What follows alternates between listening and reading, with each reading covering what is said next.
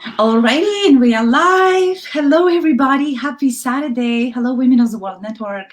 My name is Elle, and I invited our special guest this morning, Debbie, one of our newest members, amazing, beautiful lady, which has her own thriving community of ladies as well, committed to women empowerment. So just love seeing her today. And I wanted to, Debbie, welcome. Thank you.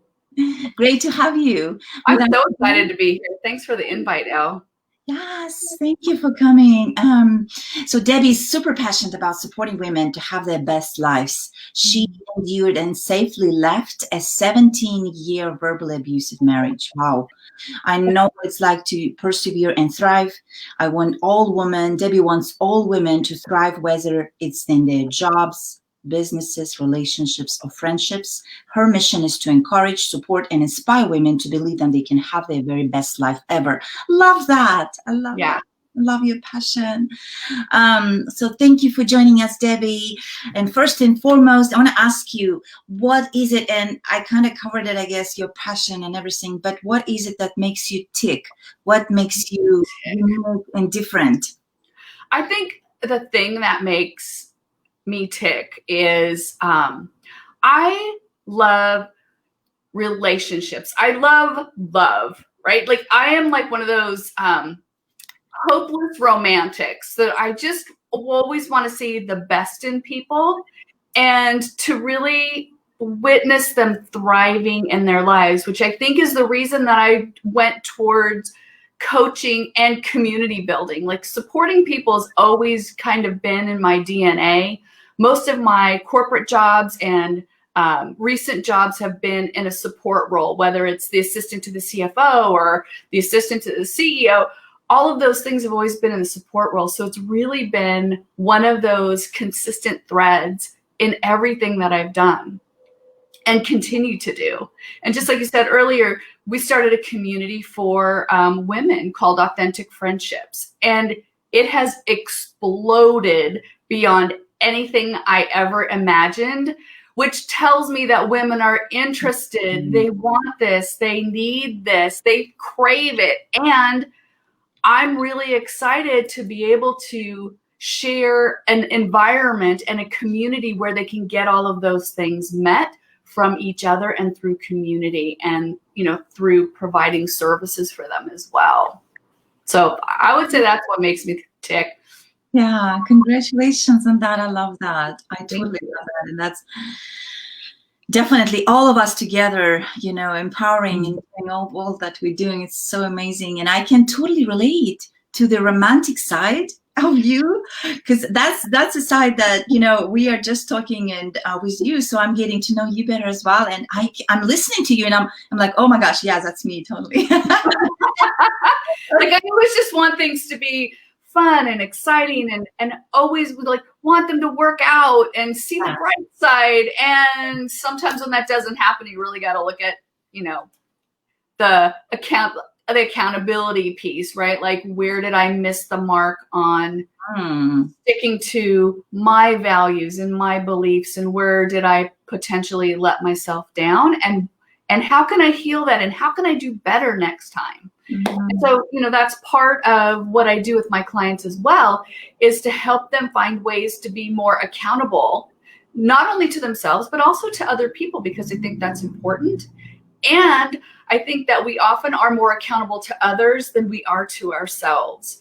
And so really supporting people in finding ways to be more accountable to themselves so they can be more successful in their business and in their relationships and their friendships and their parenting and in their volunteer work. It's all about doing what you say and saying what you do. It really comes back to that. And I don't know about you, but I know a lot of people who they hear the word accountability and they run for the hills. No, they don't want any part of it because it's hard sometimes. If it's not something that you're used to and you thrive in, right? Right. So helping people get to a place where they appreciate being accountable. I love, now that you mentioned accountable, and I love how you said being accountable to yourself. So important. So important. So speaking about accountability, so how does being accountable help you have, and I think you kind of mentioned it already, help you have a better life? What are the other ways you can share with us? So I think the way in which accountability helps support you having a better life overall, and this touches on all areas of your life, Elle, is it starts to build trust. Mm-hmm. So when you start following through on things for yourself, you start trusting your own decisions and your own commitments. When you're talking about coworkers or business partners or vendors and clients, when you are more accountable, you also start building trust in those arenas as well. Mm-hmm. And what better thing to have than to have clients that trust you more, because you're going to get more referrals from people who trust you and know you. You're going to have people coming back for more. If you're building trust in yourself, you're going to make bigger decisions. You're going to risk a lot more knowing that you can do it for yourself. Mm-hmm. And that you can trust yourself to complete the things that you say you want to complete. Mm-hmm. And the same thing with parenting, right? Your kids start to trust that what you say, whether it's disciplinary or whether it's in anything, right? Your kids start to trust you more. They'll come to you with issues. They might have deeper conversations with you that maybe they didn't think they could before. Same with coworkers, business partners, right? When we start building that trust, our relationships expand exponentially. Yeah. Yeah. And so the results. Love that. I love that. So you mentioned earlier, some people are kind of run away. They run away from the idea of, being accountable, staying accountable. Oh, the whole word accountability kind of takes them. So what if that happens to someone? How should that person be or develop that more openness about it, I guess? I think really the first step, as with anything, right, is really the awareness that, oh my gosh, like this scares the crap out of me. Mm-hmm. I don't want to do it. So what I always recommend to my clients is let's start with something small.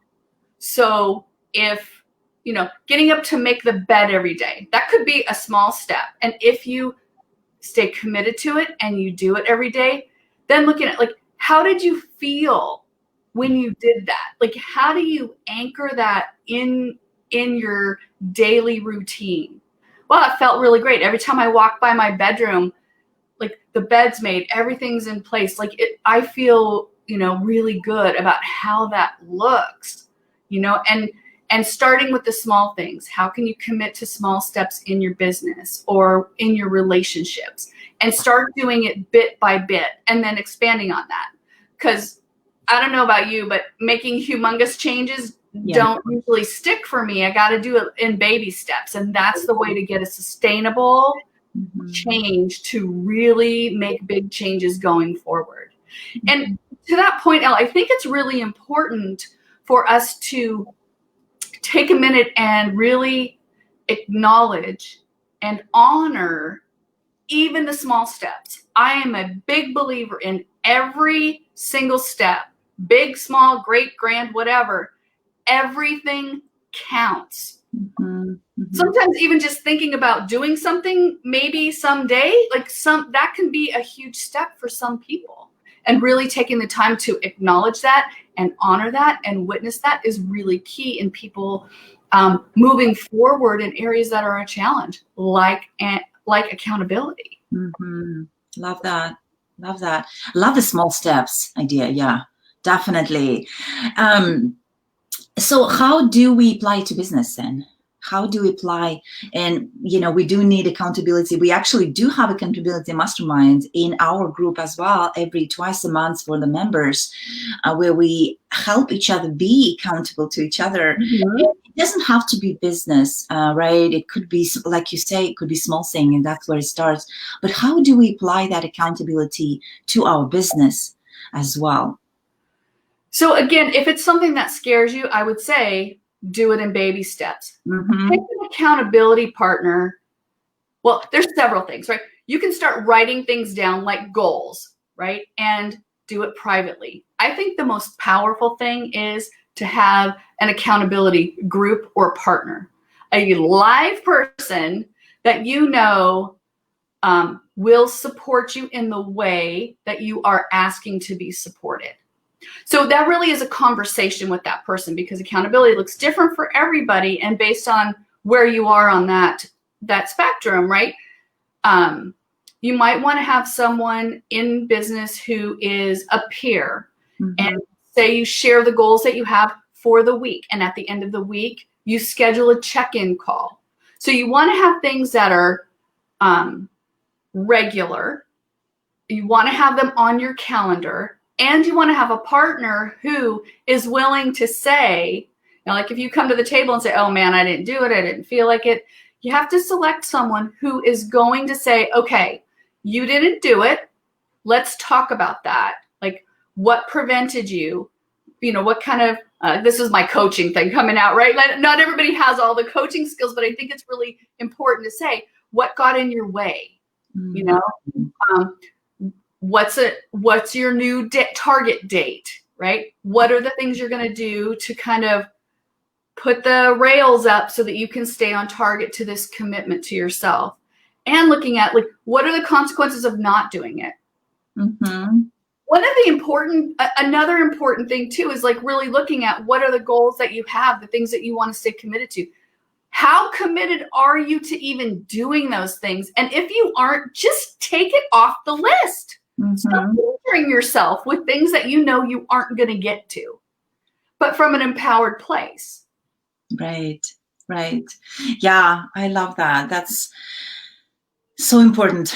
And accountability partners right now, I think, is so important as well. And it really opens up so many other things, like relationships in our life, accountability with partners. And if you wanted to touch on that as well, communication is key, right? And I think it's so important to be able, like you said, being aware, but also communicating with your partner in relationships. Definitely. That's so big. Could you touch on that as well? How we do it? Absolutely. And your point is dead on, Elle. Like, it's all in the communication. And being willing to ask for what you need, being willing to be really clear about the accountability piece. What are your commitments, and how do you want to stay true to that? Why is that important in your relationship? And being able to do it in a kind and loving way so that your partner continues to keep that line of communication open. I think that it also, when you have accountability in your relationships, it also expands the level of trust that you have within your relationship. And when you continue to do what you say and say what you do, those things start opening up. And it has to start, not always, but start with the small steps, And say, for example, I like this example because it applies to me sometimes, but like if I say, hey, I'm going to, tonight I'll cook dinner. Let's just say I had a really long day, right? And now I'm tired. I don't have the energy. I don't have the interest. I'm just ready to go to bed without even eating, right? But I committed to my partner that I would make dinner. And it's important to me to stick to my commitments. So what you might do is say, hey, I had a really long day. Would you be willing to help me with dinner tonight? Or can we go out to dinner tonight, or get to go food? Or would you be willing to have cereal tonight for dinner? It really is in the renegotiating of the commitment. That's part of the accountability as well. Not just simply checking something off the list, but is there room for renegotiation? And how you've established that in your relationship is really important as well. And again, I just want to stress, like, every time we do something we say we're going to do, it builds the trust within ourselves and others. Yeah, I love that. It's so important. It's such a big area where we could really expand, I feel like, then we can talk about boundaries. And when it comes to boundaries, and then keeping that communication open and staying accountable to that. So I feel like there's so many things that it just came to my mind that it opens the doors to so many things, in conversation. So I really look forward for, when we do have you come and speak with us as well and kind of elaborate on this subject. But do let us know. And I know we're going to post it in the comments. Ladies, please connect with Debbie. She has tons of information when it comes to, you can really apply to relationship or business or your personal accountability when it comes to, it's such a broad, I think that it's such a broad but such an important subject. And we're going to post in the comments how to connect to Debbie. But Debbie, do let us know if how ladies can connect with you as well. Absolutely. I have a website that's called debbieternes.com. I made it so people could find me easy. Perfect. I also have a Facebook account and Instagram. So feel free to contact me through all of those ways as well. I do have, like I said earlier in our conversation, a Facebook group called Authentic Friendships. It's exclusively for women. And that's about it. Awesome. Thank you so much, Debbie, for taking the time today. It was so great to talk to you. Thank you for sharing from your heart, and love your story, love what you're doing. Thank you. Have an amazing Saturday. I'll talk to you soon. Thanks, Elle.